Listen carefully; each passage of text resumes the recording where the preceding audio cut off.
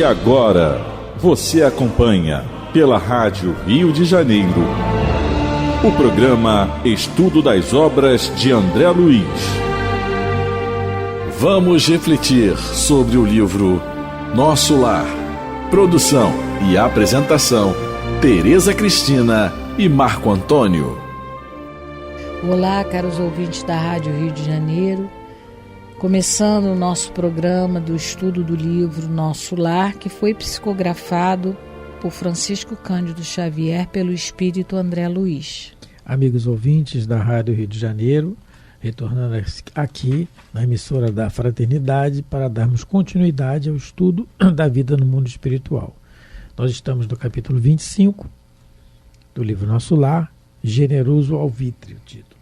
E no programa passado, comentando sobre o que a mãe do a mãe do Lísias, mãe do André Luiz, que ela está parecendo mãe do André Luiz mesmo. Se é que já não foi em algumas encarnações passadas, já não né? Foi. E ela falando, cuidando dele e dizendo, parabenizando a ele sobre o que ele já vai começar o trabalho, efetivamente. Ele já visitou alguns ministérios. E aí ela vai pedindo a ajuda de um companheiro chamado Rafael, que eu acompanhe o André Luiz, já que ela não pode, ela tem que trabalhar. Comentamos sobre a questão da disciplina no trabalho. Esse Rafael vai acompanhá-lo, porque deve trabalhar lá também, a visitar, se avistar com o ministro Clarencio. Genésio. Desculpa, Genésio, Genésio, desculpa. E aí o André Luiz fica muito comovido pela tamanha dedicação. Comentamos sobre isso, já que anteriormente, no início do livro, ele mesmo, André Luiz, comenta que ele foi muito arraigado ao materialismo na época, e juntamente com isso, ele era uma pessoa, não se dizia, nas palavras dele, que não era um criminoso no próprio conceito, mas era um imediatista.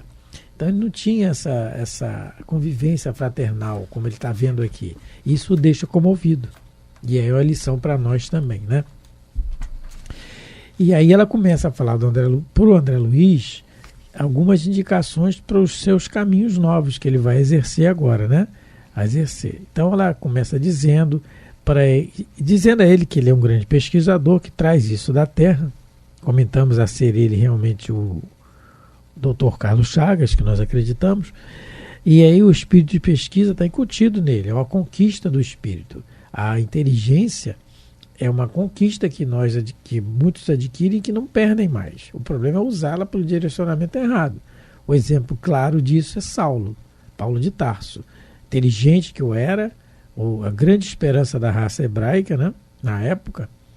E ele, quando reconhece em Jesus o Salvador, reconhece em Jesus o Espírito que é, ele se volta a inteligência totalmente para o bem, para Jesus. E fez o que fez. Graças a ele temos o Evangelho no Ocidente.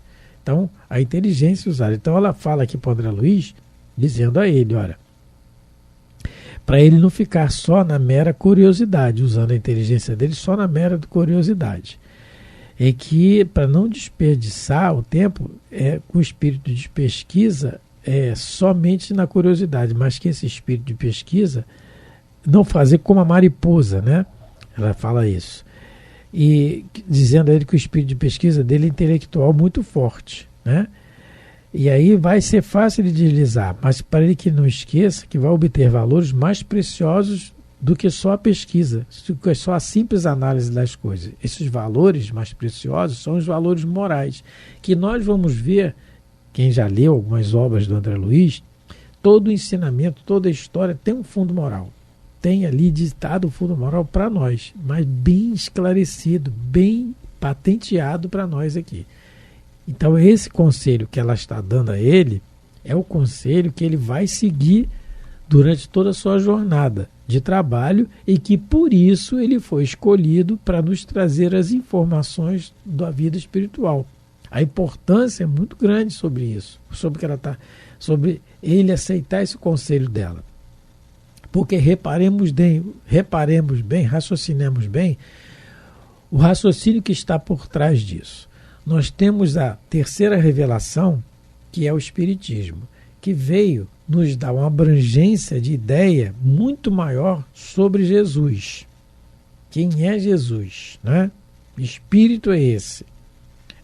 Porque antes raciocinávamos assim. Ele é o Filho de Deus, mas nós também somos. Mas com o Espiritismo, ele é o excelente Filho de Deus. O raciocínio já muda, porque nós ainda não somos os excelentes filhos de Deus, mas ele já o é. E ele conseguiu assim pelo seu esforço. Isso é um raciocínio que o Espiritismo trouxe. Só que depois que Kardec traz as informações dos Espíritos, enviadas por Jesus, vem as informações através da mediunidade de Francisco Cândido Xavier, nos esclarecendo ainda mais sobre a vida do Espírito e sobre a responsabilidade nossa enquanto filhos de Deus encarnados. E vem André Luiz nos, nem sei como dizer, mastigando mais ainda, né? Esmiuçando mais ainda a vida espiritual. Então ele segue o conselho da Dona Laura o tempo todo. Ele observa aprendendo. Ele observa com interesse realmente de aprender. E traz isso para nós. Né? Então agora nós estamos, Tereza, no parágrafo 15º. No meio não, porque o parágrafo é imenso. Melhor de voltar um pouco, né? Não, a gente não esqueça que a curiosidade mesmo sadia, pode começar daí. Eu li, mas foi o finalzinho que eu quero comentar. Né? Vamos lá. Mas eu vou começar assim, olha, médico estudioso, no meio, médico estudioso, apaixonado de novidades e enigmas, ser-lhe-á muito fácil deslizar na posição nova. Não esqueça que poderá obter valores mais preciosos e dignos que a simples análise das coisas. Vai comentar?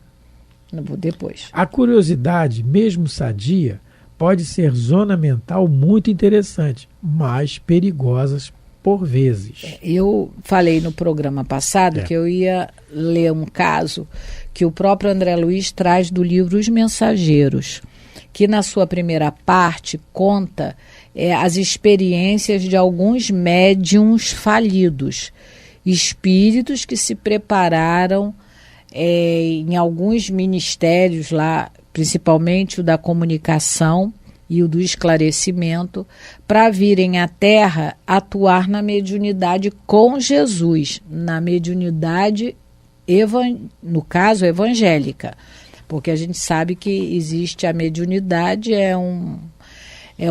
vamos dizer assim, é uma faculdade anímica que todos que vieram preparados podem ter, independente da sua religião. Mas esses vieram com a tarefa da mediunidade com Jesus na Terra, trabalhar no espiritismo cristão. E tem o capítulo 10, vai relatar o caso do Joel. O título do capítulo é A Experiência de Joel. E ele está muito mal, o André Luiz vai encontrar com ele numa reunião lá com o Aniceto e no Ministério da Comunicação, e ele não está bem. Ele tem ataques de vez em quando e ele conta a história dele. Vou resumir a história, quem tiver interesse de ler a história completa. Livro Os Mensageiros, capítulo 10, A Experiência de Joel. Ele foi preparado no mundo espiritual para ter uma percepção maior da situação das pessoas. É como se ele, de alguma maneira, pudesse olhar a pessoa e ver algumas encarnações passadas. Ele veio com essa tarefa. Mas ele foi no ministério, ele fala no capítulo que ele foi no Ministério do Esclarecimento, onde ele foi preparado para reencarnar tendo essa facilidade. Mas aí, porém, o que aconteceu? Ele vai contar que palavras dele, né? Procedi, porém, ao inverso, quer dizer, ele veio para ajudar as pessoas, mas ele fez o inverso. Não utilizei a lente maravilhosa no mistério justo, deixando-me empolgar pela curiosidade doentia, olha aí. Né? Para ele, o problema dele foi a curiosidade doentia, porque a curiosidade não é errado. O errado é como você usa ela ou simplesmente fica só na superfície das coisas. Apliquei-a tão somente para dilatar as minhas sensações. No quadro dos meus trabalhos mediúnicos estava a recordação de existências pregressas como expressão indispensável ao serviço de esclarecimento coletivo e benefício aos semelhantes, que me fora concedido realizar. Mas existe uma ciência de recordar que não respeitei como devia. Então, o que ele tinha? Esse poder de relembrar o passado dele e das pessoas, mas ele foi começando a ficar curioso. Ele começou, eu quero saber quem foi fulano na outra encarnação. E quem foi o outro fulano que estava junto com ele? Ele gastou a mediunidade dele nessa curiosidade e não fez nada de útil para ninguém. É o que a dona Laura está falando para o André Luiz aqui. A curiosidade, mesmo sadia, pode ser uma zona mental muito interessante, mas perigosa por vezes. O Joel é o exemplo vivo desse perigo. Foi a curiosidade doentia dele que acabou com a tarefa mediúnica dele, porque ele ficou o tempo todo, porque ele lembrou da penúltima existência dele, quando ele era padre, ele lembra até o nome do nome que ele tinha, Monsenhor Alejandro Pizarro, que pertenceu à Inquisição Espanhola. Olha que moço bom. Por isso que veio o médium, né? Porque a mediunidade, ela realmente, santamente vivida, ela é sacrificial, porque você vive 2 encarnações numa. Você vive a sua e vive a dos outros. É problema seu de encarnado e problema dos desencarnados, que a toda hora você é solicitado a ajudar. E ele, lembrando disso, ele começou a ver quem é que conviveu com ele, quem é que fez coisa errada, quem é que foi... Ele ficava o tempo todo vendo as fichas biográficas das pessoas, mas ele não encarnou para isso. Ele encarnou para ajudar. Então ele passou o tempo todo, provavelmente, fazendo pesquisas, né?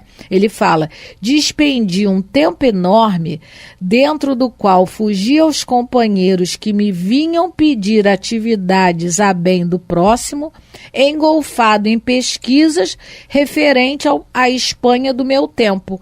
Exigia notícias de bispo, ele só queria saber da encarnação dele passada, só queria saber quem é que estava enrolado com ele, porque devia estar enrolado na Inquisição, né? Então, agora, ajudar os outros, que era bom, isso ele não fazia. Então, a orientação da dona Laura, meu filho, você vai começar uma nova etapa, você não fique só na curiosidade, bota a mão na massa, vai trabalhar, vai ajudar, porque é isso que interessa, né? É o espírito de serviço. E aí, aproveitando o gancho que a Tereza está falando, o espírito de serviço, no Evangelho segundo o Espiritismo, no capítulo 7, no item 13, Allan Kardec bota a missão do homem inteligente na Terra. Então, André Luiz, inteligente. A missão do homem inteligente. Porque a inteligência é um atributo do espírito conquistado por ele. Não é? Deus não criou um burro inteligente. Também não vale, né? Irmãos na mesma família, sempre ignorantes. Mas tem irmãos que não é assim. É atributo do espírito, é esforço pessoal que ele conquistou. Não é? Mas qual é a missão do homem inteligente na Terra? Aí o espírito responde assim, que é o Ferdinando, espírito protetor. A mensagem é dele. Não vos ensoberbeis do que sabeis, porquanto esse saber tem limites muito estreitos no mundo que habitais. É como Sócrates dizia, quanto mais sei que nada sei. Que o conhecimento é vasto, é infinito, né? Na Terra, quem sabe tudo sobre a Terra é Nosso Senhor Jesus, que é o construtor dela. Suponhamos que sejais sumidades em inteligência, suponhamos, neste planeta. Nenhum direito tendes de envaidecer-vos. Se Deus, em seus desígnios, vos fez nascer num meio onde pudestes desenvolver a vossa inteligência, é que quer que a utilizeis para o bem de todos. De todos. É uma missão que vos dá, pondo-vos nas mãos o instrumento com que podeis desenvolver, por vossa vez, as inteligências retardatárias e conduzi-las a ele. Então, a missão do homem inteligente é essa, é ajudar o outro a poder progredir também, assim como o homem inteligente, que se tornou inteligente, foi ajudado. Que ninguém consegue nada sozinho. Eu fiz isso sozinho. Não fez, é mentira.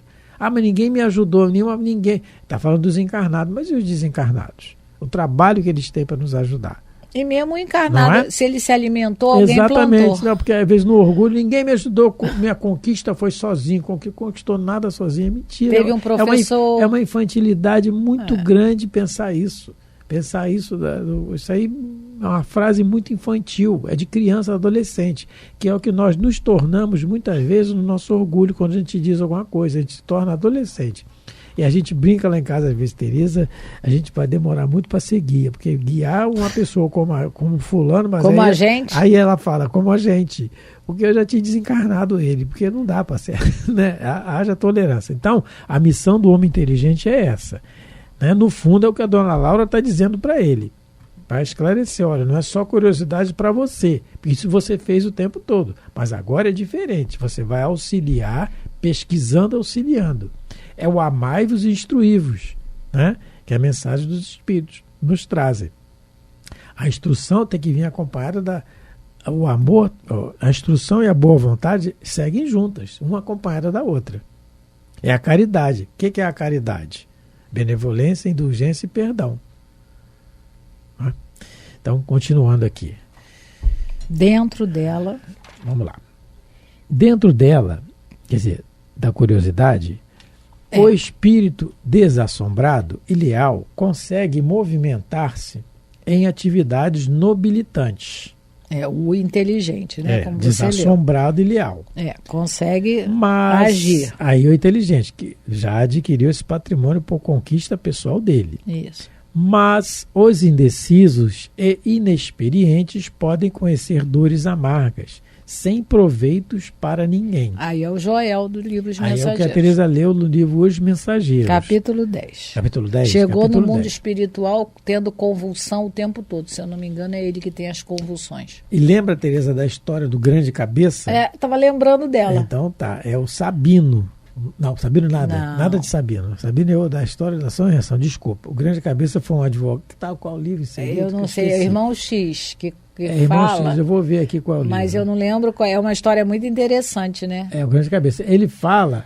Ele era um ele advogado. foi um advogado, mas usou a sua muito inteligente, mas usou a sua inteligência como advogado que era para prejudicar muita gente em benefício próprio. Isso. A mãe dele... No que você está só em benefício, você está prejudicando alguém. A mãe dele incentivava ele a ajudar sempre o próximo, de graça, mas ele dizia que não podia, porque ele era um grande cabeça. Então, e ele era apelidado de um grande cabeça pela sua inteligência. Isso. E aí, no plano espiritual... Depois, no plano espiritual é livro Pontos e Contos, capítulo 23, Grande Cabeça, eu vi aqui. E aí, na próxima existência, ele vem com hidrocefalia. Já chega no mundo espiritual, tombado, sem levantar a cabeça. E aí ele vem com hidrocefalia na próxima existência para começar e tentando se equilibrar, coitado. Uma criança, né? Mas a dor, aquilo dá um choque na gente, né? Cabeça muito grande, pescocinho pequenininho, não consegue nem se equilibrar. Hoje em dia, graças a Deus, já tem muitos recursos recursos, né? que minimizam, né, os efeitos de uma hidrocefalia. Não acessíveis a todos, mas tem. Mas tem. Vamos continuando aqui. Clarence ofereceu-lhe ingresso nos ministérios, começando pela regeneração. Pois bem, não se limite a observar. Ao invés de albergar a curiosidade, medite no trabalho e atire-se a ele na primeira ocasião que se ofereça. Isso. Não é? Interessante, né? Então, esse não se limite a observar é muito interessante. Apareceu alguma coisa para fazer, faça. E aí, isso que ela está dizendo para ele. Vamos tentar fazer uma analogia com essa que a dona Laura está falando com ele, com a pergunta 917 do Livro dos Espíritos, que eu acho uma das perguntas mais sensacionais aqui, porque vai diretamente conosco, né?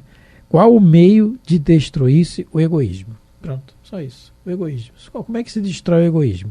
Aí na resposta ele diz, os espíritos vêm dizer a Kardec, que o egoísmo é mais difícil de se desenraizar.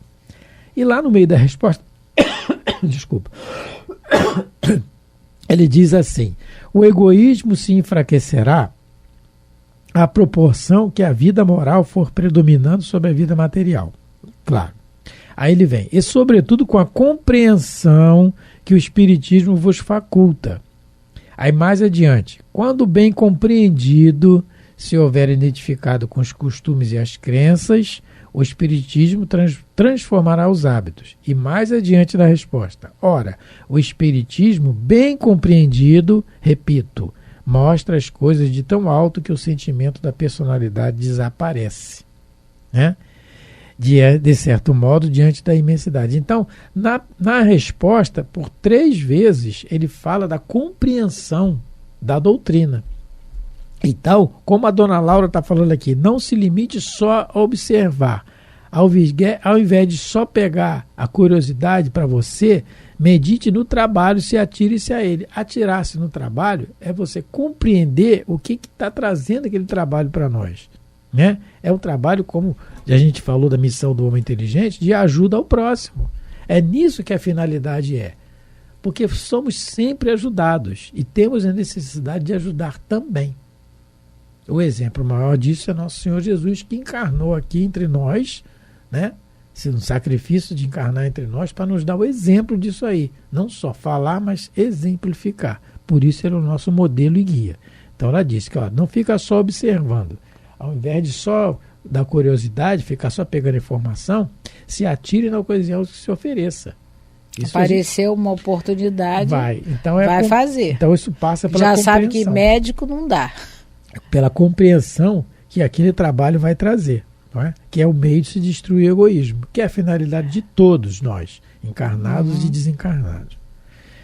Então, continuando. Surgindo ensejos nas tarefas da regeneração, não se preocupe em alcançar o espetáculo dos serviços nos demais ministérios. O que ela está dizendo para ele? Olha, meu filho, se aparecer algum trabalho lá no Ministério da Regeneração, fica lá mesmo. Deixa os outros para depois. Começa por algum lugar, porque é isso que ela está dizendo. Surgindo ensejo nas tarefas da regeneração. Então, apareceu alguma coisa para que você consiga fazer lá para ajudar. Não fica preocupado que tem que ir no outro Ministério da Comunicação. Vai chegar a hora para isso. Comece por ali mesmo. Comece pelo primeiro passo. Porque toda grande caminhada, ela pode ser a quilometragem que for, mas se você não der o primeiro passo, não completa. Então, aproveita, meu filho, vai na regeneração, é por lá que você vai começar, pelo mais inferior dos ministérios, que o trabalho é um trabalho mais, vamos dizer assim, mais simples, né? É um trabalho, como eu coloquei antes, é um pronto-socorro mesmo, é uma coisa mais rápida, vamos fazer aquilo, não tem tanta especificidade. Mas é importante também. Então, aproveita, meu filho, aproveita e começa a trabalhar. E a gente vai ver daqui para frente que realmente ele é um menino obdoente, como dizia minha sobrinha. Eu sou bidoente. Sou bidoente. Ele é bidoente e ele segue o conselho da dona Laura. E quando aparece a oportunidade de fazer alguma coisa, ele realmente se joga no trabalho. É comigo mesmo. É, né? Aquilo que às vezes a gente tem essa preocupação de querer abraçar o mundo, de resolver o problema do mundo. Não é assim. Não faz nada. Então, se eu estou focado numa religião, que a religião, a finalidade é nos religar a Deus, e qualquer que seja, num trabalho ali, que eu foque e faça direito aquele trabalho. Por mais simples que ele possa parecer. Mas que eu faço, que eu me dedique, porque o beneficiado ali sou eu em primeiro lugar. Quando eu ajudo uma criança na evangelização, quando eu pego uma vassoura e limpo, quando eu me organizo, eu estou me ajudando a mim primeiro. Porque se Jesus quiser, ele resolve o problema da terra num segundo. Mas nós que temos que trabalhar. Então por isso que ela está dizendo, se dedique naquilo, foque naquilo que foi lhe apresentado. Não é? Isso. Bom, o tempo aqui urge, corre mais uma vez. E estamos finalizando mais um programa. Muito obrigado pela atenção, pelo carinho e pela paciência de nos ouvir. Fiquem com Deus. Muita paz a todos, Deus abençoe vossos lares, vossas vidas. A Rádio Rio de Janeiro apresentou o programa Estudo das Obras de André Luiz. Produção e apresentação, Tereza Cristina e Marco Antônio.